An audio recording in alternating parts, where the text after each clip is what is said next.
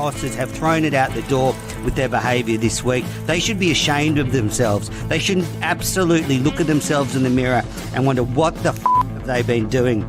They're hissing at us and calling us cheats in the Lord's long room, and they have the gall to say, talk to us about the spirit of cricket. Absolute bullshit. There's a big appeal. It's hit him on the pad. He's out. Lions gone. New South Wales are 9 down. Onto Sydney Road, and it's hit a car. Oh, I think it's hit a car. What a way to bring up your 50. All you want is to leave it all behind. Now there is a simple remedy to stay fit for all eternity. Hello, everybody, and welcome back to the Cricket Unfiltered podcast. A stunning day for Australia in Gaul. And joining me, I'm Manners, of course, and joining me, it's actually, I think, the first time I've had someone from England on since the new opener when I'm giving it to the Poms about the Lord's long room. But joining me is Mark Machado. He's the co-host of the Murillian podcast, so he covers Sri Lankan cricket very closely. Mark, welcome back to the show. Thanks for having me, and that is an absolutely fantastic opener. It's really got me in the mood for a right ding-dong, but I don't think I've got a leg to stand on today, sadly. I don't know, you can try and defend Tom Curran's actions a couple of days ago. I'm on this show just mainly, I might have the accent, but I'm mainly as a Sri Lankan today. Yeah. So I don't feel the need to defend them. Okay, well, for those listening on the podcast, Mark has the London Spirit top on, so he brought this on himself. That's all I'm saying. But let's get into the wrap of day two of the first test in Gaul. Australia declared for 654, so 6 for 654, a maiden test double century for Usman Khawaja, a century on debut for Josh Inglis. As the listeners know, I'm the biggest Inglis super fan, so I was thrilled to see him break 100. Then Sri Lanka came out after being in the field for what felt like an eternity, and they slumped to 3 for 44, so they still trail Australia by 610 runs. It couldn't have gone better for Steve Smith's Australia. Who needs Pat Cummins? Mark, what a day for Australia. I mean, it couldn't have gone worse for Sri Lanka. Oh, if you're Australian and you haven't heard about the famous Sri Lankan hospitality, then you have done now. I mean, we're just giving runs away right, left, and centre. Bowling, sending absolute pies down the track to be smashed all over the park. I mean, Uzi Khawaja, for me, I coming into this series, I thought maybe this might be his last series for Australia. But I mean, he's proved all the doubters wrong. Josh Inglis with his parents watching on, it was, if you're an Australian fan, it was absolutely superb. But spare a thought for little old me. Like, I'm sitting there from a Sri Lankan perspective thinking, oh, come on, boys, any moment now we've got to turn up. We've given Prabhat Jayasuriya this big build-up, told everyone he don't want to come to Gaul. We're calling it the Gaulatoir. And the only people getting butchered over there was us. Right, there was points where we got unlucky, and maybe you can blame the pitch a little bit, but then eventually your boys declare, we come out to bat, and I'm thinking, right, this is where the boys have got to turn up today now. All I want them to do is get to the end. I think there was like 10 overs left to bat. Just don't lose a wicket, or at least if you just lose one wicket at most, right? Sometimes, we can all have a bad day. Let one of the openers have a bad day. And then we went and lost 3. And it's, I think that turn, I've been having a debate in various WhatsApp groups about, was it the pitch or was it the bowlers? Who's to blame? Or, was it our field placing or whatever? Who's to blame for it? I was hoping it was just a very batting-friendly track. There's a bit of a history at Gaul where they do occasionally put a track together that is really great for batters, doesn't give the bowlers much. I think, though, in those 10 overs, the Aussie bowlers kind of proved that my theory might be wrong, and our boys just haven't turned up. Look, I think it was a good pitch to bat on. It may deteriorate, but I said it on day one wrap, and the great Mark Waugh often says it. Catches win matches. Sri Lanka had chances early yesterday. They could have got Smith out for one. Khawaja and Smith then went to put on 266. I think it's one of the third highest partnership by an Australian pair in Asia. They missed Khawaja a couple of times, whereas tonight in that last half an hour, McSweeney with an absolute classic, Travis Head with a spectacular catch of flying to get Matthews.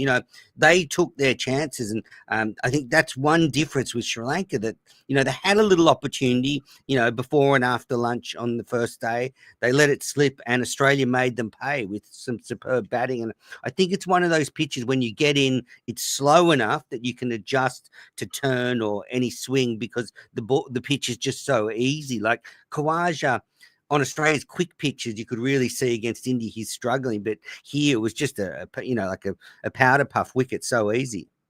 Yeah, and I think a lot of people, there was a lot of talk on social media about, what should Australia do here? Should they carry on and try and push towards 700, 750 before they declare? And I imagine that would have been quite tempting, because there's quite a lot of time left in this match. But actually, putting Sri Lanka in with only 10 overs to go, I think today was a stroke of Australian genius. Which as a Sri Lankan cricket fan brought up in London, that's a difficult thing for me to admit. And it just really overall really frustrated. So there was a lot of talk before Sri Lanka went to South Africa, in that kind of, when was it, October, November period, when there was about 5 teams that could have made the World Test Championship. There was a lot of talk among Sri Lanka fans like myself about, how good are we? If we get a result in South Africa in one of these tests, then this effectively becomes the kind of semi-final. Obviously, we go to South Africa, we totally melted over there, and then suddenly all those kind of intrusive thoughts almost that I've had about this team, about, do they really apply themselves? Are they playing smart cricket? Are they going out to try and win sessions? Or do we too easily get broken quite early on mentally and end up just kind of, I often describe it as, sometimes it's like watching the Harlem Globetrotters. I don't know how much basketball how you off the Harlem Globetrotters. Oh, of course, I know who they are. So, but I was like, it's like watching the Harlem Globetrotters, but if you're a Sri Lanka fan, you have to support the team they're playing against. So it's like you'll support the team that like going through the motions, and that's what the last kind of 2 days of Test cricket have felt like slightly, from my perspective.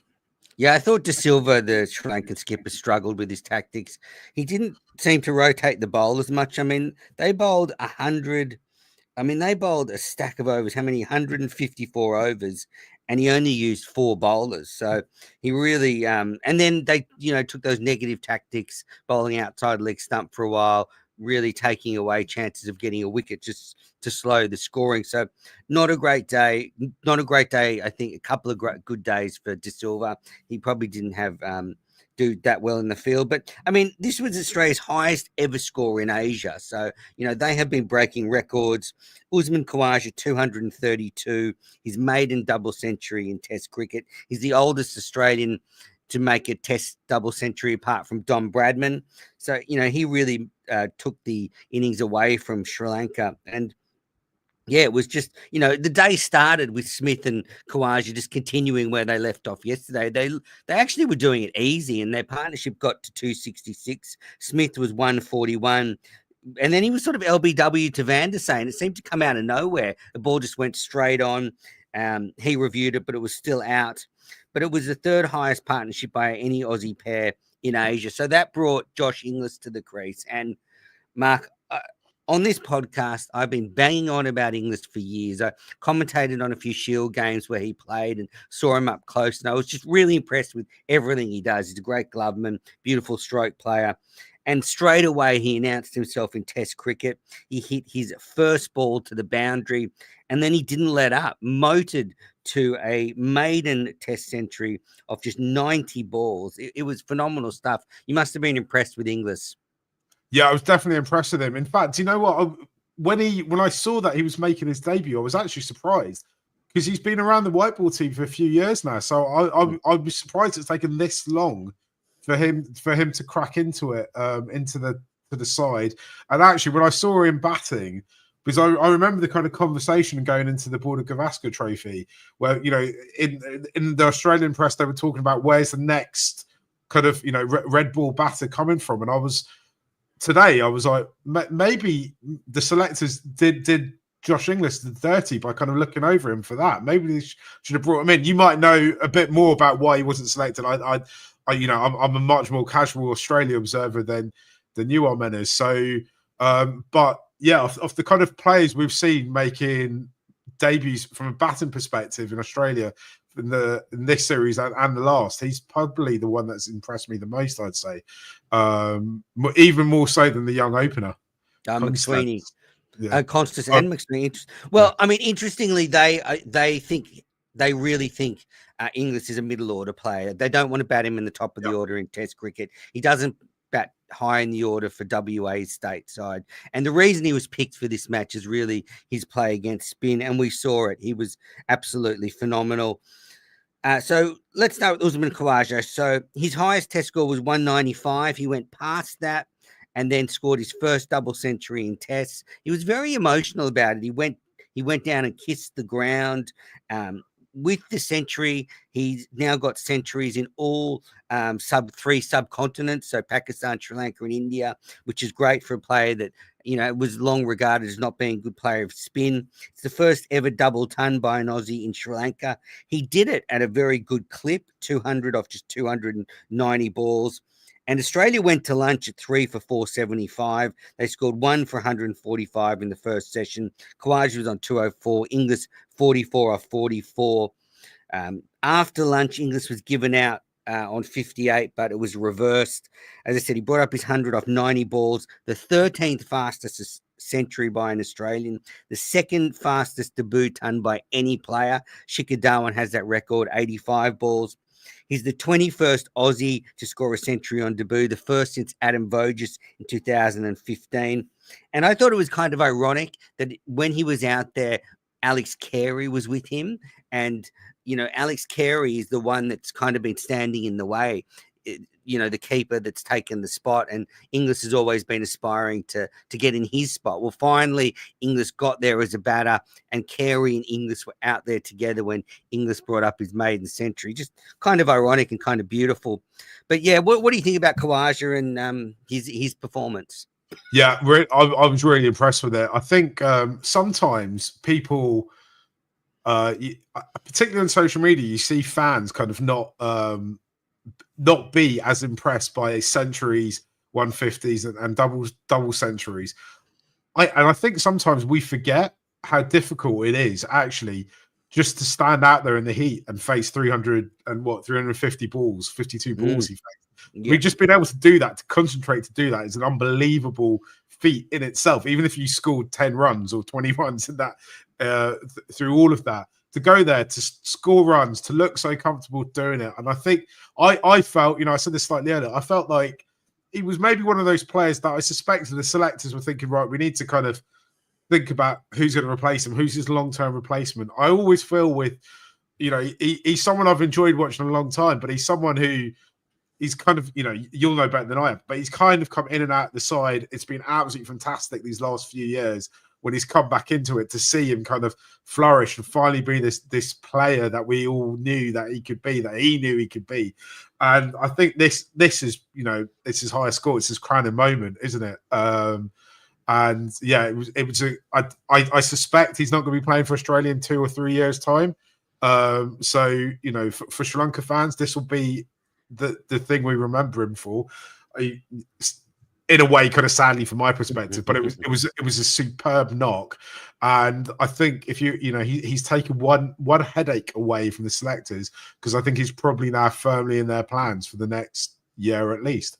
Yeah, the whispers are that he wants to play until the end of the Ashes at home if selected. So I think he'll be about 39 then, and that would be, you know, long overdue for retirement. So let's see how he goes. I think these conditions are really suitable for him. Slower pitches. He was superb, and yeah. I think it's amazing if you sort of picked a player apart from Alan Border to score centuries for by an Australian in Sri Lanka, Pakistan, and India. You wouldn't have picked Usman Khawaja. Not even Steve Smith's done it, and he's been fantastic. So I don't think Smith has 100 in Pakistan. That's the only blight on his resume. So, Khawaja, fantastic.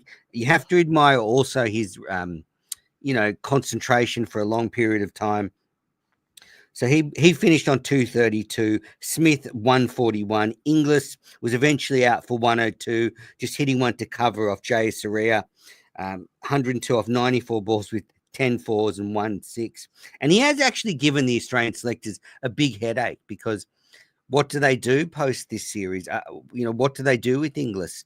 Do they keep this order? Well, they can't keep this order the way it is, because I don't think they want Travis Head to open in conditions outside the subcontinent. So if he goes back to 5, Constas comes back in at the top, then you're going to drop Inglis after scoring 100.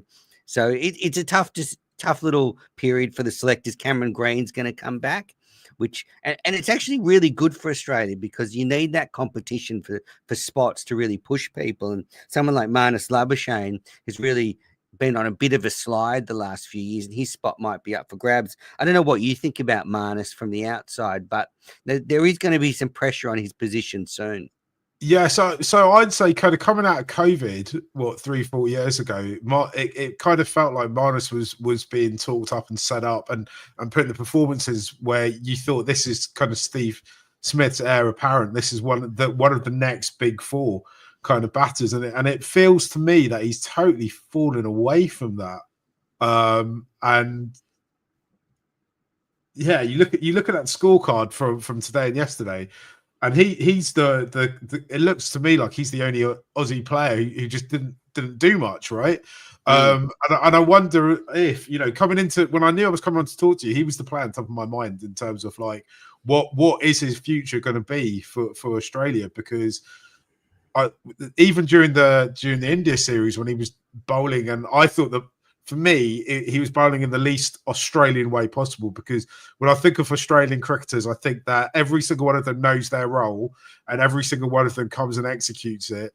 And when I was growing up, the genius of what I expected, or what came from the Australian cricket team, was when you weren't fit for purpose, when you weren't able to fulfill your role in the side, they would brutally, quite often, drop you from the squad. And I feel like Marnus is probably only in the squad because no one else has put their hand up to fulfill the roles that he can fill. But suddenly now, at kind of the end of the Australian summer, you're looking around, and as you said, Meadows, the kind of pool of talent has increased a bit, and players have shown they can do it at full test level.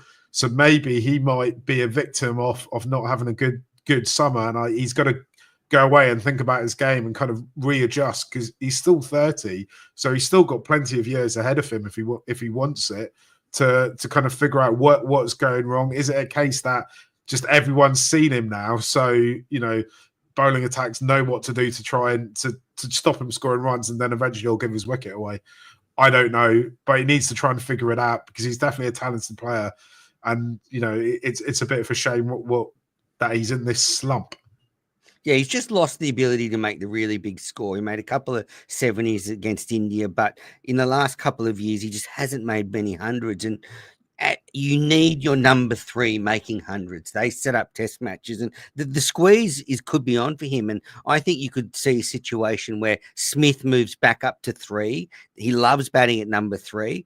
So you've got, say, Constas, Khawaja, even though I was death riding him for months, but I'll just ease up on that while he's coming off 232.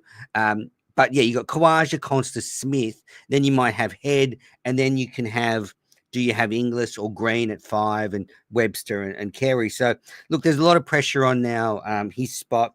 After Inglis was out, Carey and Webster batted nicely. Webster made 23. Carey was 46 not out, and Mitchell Starc was 19 not out when Steve Smith finally called the declaration. 6 for 654.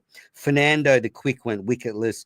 Peris went wicketless. Figures of none for 189. Boy, that's a match he'll want to forget so far. Prabhath Jayasuriya, 3 for 193. Van der Sar, 3 for 182. But I have to say, it was all pretty meek from Sri Lanka. they're a lot better than that. They are a lot better than that. If they get the conditions right, I do think they can cause more trouble for Australia. But overall, I think it was plan A didn't work, plan B didn't work, and I don't think they had any more plans. They were just like, okay, well, this is not working. We'll give up.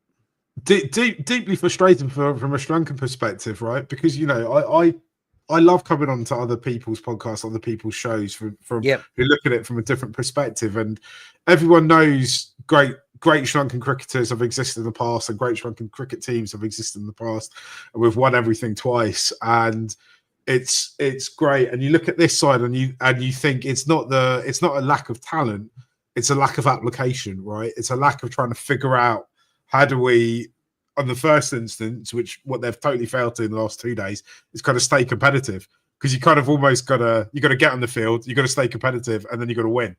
But then at this point in this test, and if you're a Sri Lankan fan, you're kind of used to miracles happening. At this point, though, you look at it and we're like second place in every metric. Yeah.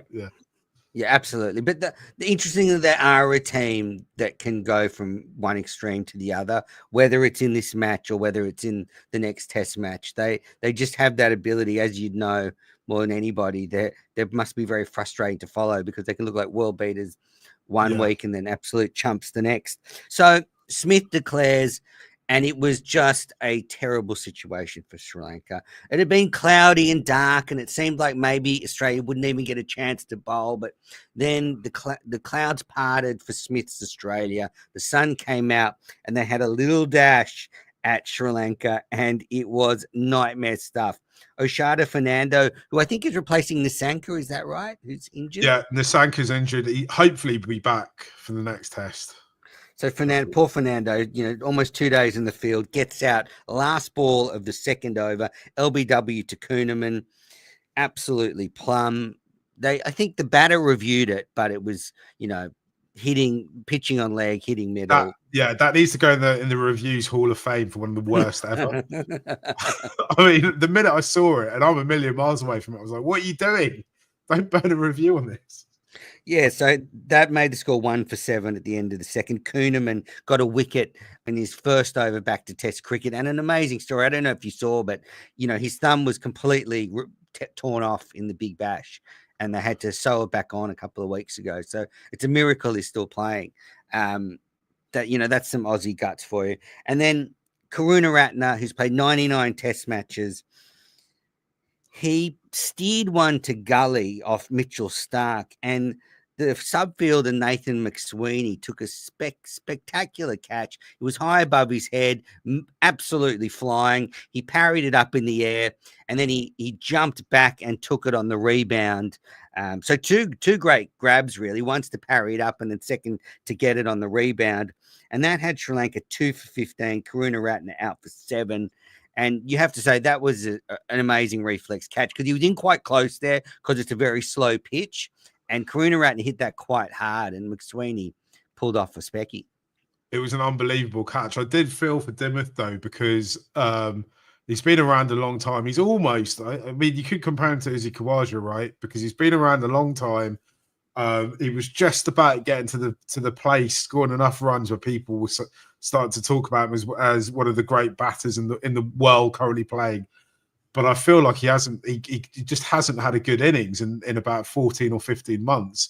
And on the Murali end, we're talking about, is this his last series? Are they gonna, once this test is over, are they gonna tell us next week at some point that 100 and out for him in terms of Test cricket? Because he has tried to retire a few times, and the board have talked him out of it, particularly when he was captain. But there's a feeling that there is some options coming through, and also that his runs have just dried up. I thought he looked in kind of all right touch for the 12 balls before that, hits that ball quite well, and you're just thinking he needs a bit of luck here, and that he just doesn't get any luck, because there's an inspirational moment of fielding that and he gets caught. So poor old Dimmoth, eh? Yeah, poor old Dimmoth. I'm not going to feel too sorry for him. And so Sri Lanka 2 for 15, nightmare stuff. Then Nathan Lyon comes onto the attack because Angelo Matthews is batting, and Lyons had a bit of a spell over Matthews in Test cricket. Matthews and Lyon debuted around the same time. I think Matthews even a couple of years before Lyon, but they've both been playing a lot of Test cricket together. And then when the score was 30, Matthews prodded forward to a ball off Lyon. So he prodded forward on the front foot, came off the sort of top inside edge of the bat and flew to head at short leg, who dived to his right and took a one-handed catch, high and behind him. And Matthews was out for 7. The score was 3 for 30. So Stark, Kuhneman, and Lyon all had wickets, and it brought Kamindu Mendes to the crease. But it was, a horrific session for Sri Lanka, and that Lyon wicket at the end just topped it off. Yeah. Again, another player who needed a bit. Like, actually, Angelo's again another one of those players who's been around. I think he might be the last person playing who played with WG Grace and or played against WG Grace and Don Bradman. But he's at the back end of his career, and you're just thinking a little bit. I know with Angelo, if he can just stick about and get to about 25, or 25 will become a 45, and then you kind of don't know what you're going to get after that. He could go on, or he can still score runs, but he needs to get himself in. And again, that's just an inspirational piece of fielding from Travis Head. Plucked the ball out of nowhere, basically, didn't he? Yeah. And it's funny. It was a tough session for Sri Lanka. Chandimal played one back onto the stumps off Lyon. It rolled onto the stumps, but didn't dislodge the bail, so it could have got even worse for Sri Lanka. There was a couple of reviews, a couple of half chances for Australia. So the pressure was really on. Australia was up for it. I thought they bowled excellently, and Sri Lanka have a really tough task tomorrow if they're to avoid the follow-on. Yeah, we need to win a session. We need to get all the way to lunchtime and not lose more than one wicket. I think there is a scenario where if these in the team, these are the two I'd be looking at right now. If Patton was there, maybe him as well, to try and just go 5-6 overs and be happy to score 2 or 3 runs. Just try and take some of the edge out of the game, basically. Try and win a bit of the duel. Let's kind of see what happens, right? For me, the series almost, it's about that first session tomorrow morning. And if they can stick about, then you might just avoid the following. So I guess a couple of questions for you then. Do you think Australia have enough time to win from here? That is a very, very good question. If it was 44 for 1, I'd say I'd be a lot more optimistic about Sri Lanka's opportunity to save the game than I am now. 44 for 3, you think they could skittle them all out. I'd imagine if they got them out for anything under 200, they'd be right back in again, and then there's probably enough time. The Gore pitch does all sorts of things, right? That's the kind of X factor scenario in it. For me, the big thing is, though, is I think our bowling attack is absolutely shot, and you basically want to keep them in the sheds for as long as you possibly can. So if they've got to bat just after lunch tomorrow, then that's a total disaster for us. Sri Lanka need to battle tomorrow, however they do it, even if they get bowled out. So at the moment, you've got Chandimal out there, the veteran. He's destroyed Australia before. I think he made 200 when we were there last time. Kamindu Mendes. Now, Mark, tell me a little bit about him. He is I think he was described on the radio as the Sri Lankan Bradman, the quickest to 1,000 runs since Bradman. He's averaging 75 at Test cricket. How good is this guy? So I don't know how much you know about the way Sri Lankan cricket works, but schoolboy cricket is absolutely huge there. Yep. And Kamindu basically became a viral cricket sensation when he was a schoolboy because he can bowl with both arms and he could bat. And he was doing the team he was part of. I think they had Hasaranga in the team. They had Charath Asalanka in the team. There's, I think, 6 of that 11 have gone on to play international cricket, which is incredible. Isn't there one particular school in Sri Lanka that's produced a lot of Test cricketers? In Colombo, is it? Yeah, so there's 4 Colombo schools that have produced a lot. Like each have got basically a test side each. There's a couple of schools in Kandy, and then the school which Kamindu went to is called Richmond College. It's in Gaul, so it is his home pitch. This is where he's played a lot of cricket on this pitch. Was a kind of relatively small cricketing school till probably about 15 years ago, and then they got various people into the coaching structure who kind of changed it all around. DDS, the captain, was their first kind of major cricket kind of product who went out and did lots of bits in all different formats. And then since then, it's been a quite a production line. I mean, there's a picture I put up every now and again on my social media of their team. I think it might have been from 2014 or 2015, their under 18 side, maybe a little bit later. And that's the side which has Kaminda in, it has Hasaranga in, it has Asalanka in, it has Dhananjaya Lakshan, who's played for the white ball team, as a couple of other guys. I think everyone in that 11 went on to play first-class cricket, and it's a bit easier to become a first-class cricketer in Sri Lanka than anywhere else in the world. I'll admit that. But you've still got to be of some standard. And, I think 6 of them have gone on to play. Wow. And actually, the whole coaching structure, the setup, all the main coaches, they got brought in by SLC to work with their academies and youth sides, because they were like, whatever's going on there, we need to try and replicate across the island. So that's been quite a big story in Sri Lankan cricket over the last few years, the kind of rise of Richmond College. Yeah. So Mendes, I mean, huge Kamindu Mendes. I mean, so much rides on him tomorrow. Dhananjaya De Silva, Kusal Mendes, they can bat, but I look at that's a long tail. Jay Saria, Paris, Van der Sar, Fernando. There's not a lot of runs between those 4. I think Van der Sar reckons he's a bit of an all-rounder. He's batting at 10. Yeah. Well, I think the idea is that they could potentially just stick about. I mean, it's quite different when you got Mitchell Stark running in at you, even if it is on a disintegrating Gore pitch, or Nathan Lyon, one of the greatest spinners of all time, running at you. Then I'll admit I'm not expecting a huge amount from them, but from a Sri Lanka perspective, it's slightly waggier than or it might have a slight bit of something. Compared to previous players. Complete. The good old days of Murley just swinging his bat back like he was a fairground attraction. So I can't wait for tomorrow. We'll see Steve Smith in action as the skipper. I think he'll be a lot more proactive than De Silva, but he also has a mountain of runs to play with. And as you say, he's already knocked over the top order. They're 3 down, a couple more wickets, and they're into the tail. Mark, anything else before we wrap up day 2? I think there's a possibility that Kusal Mendes might come into the game tomorrow. Well, he'll almost definitely bat tomorrow. He's either boom or bust against spin. And I've just got a feeling at some point in he's got a really weird relationship with kind of Sri Lankan cricket fans and particular people in the Sri Lankan cricket press.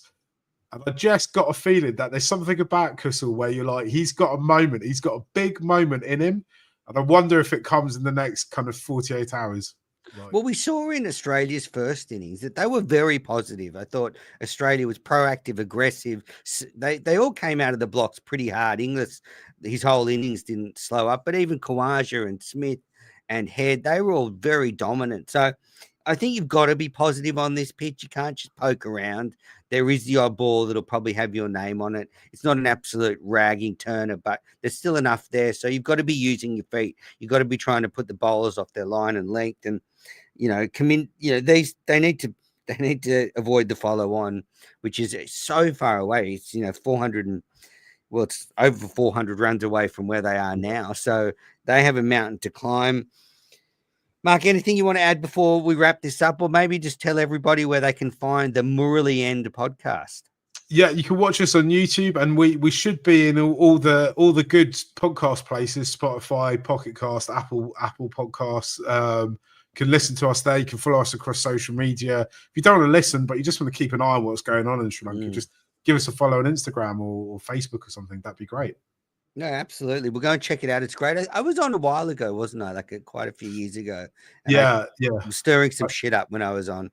It was great having you on. Definitely get you on. We should definitely get you on one more time. The problem is all Sri Lankans think they know everything about Australian cricket.